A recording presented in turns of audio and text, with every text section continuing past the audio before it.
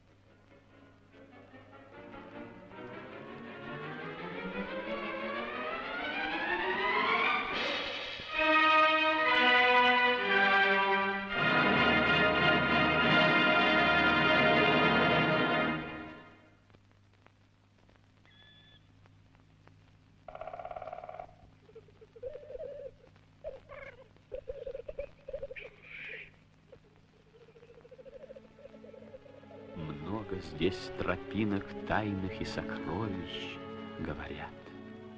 Много здесь зверей ужасных и чудовищ, говорят. Много сказок и поверий ходит по родной земле и о джиннах, и о пери, и о страшных шурале.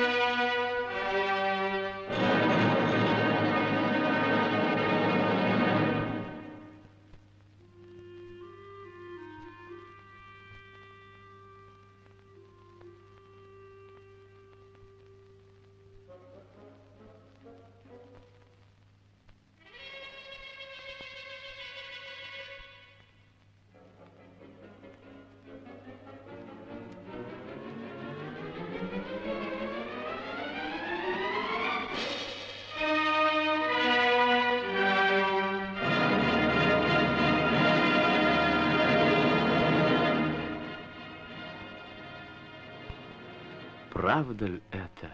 Бесконечен, словно небо, древний лес, и не меньше, чем на небе, может быть в лесу чудес.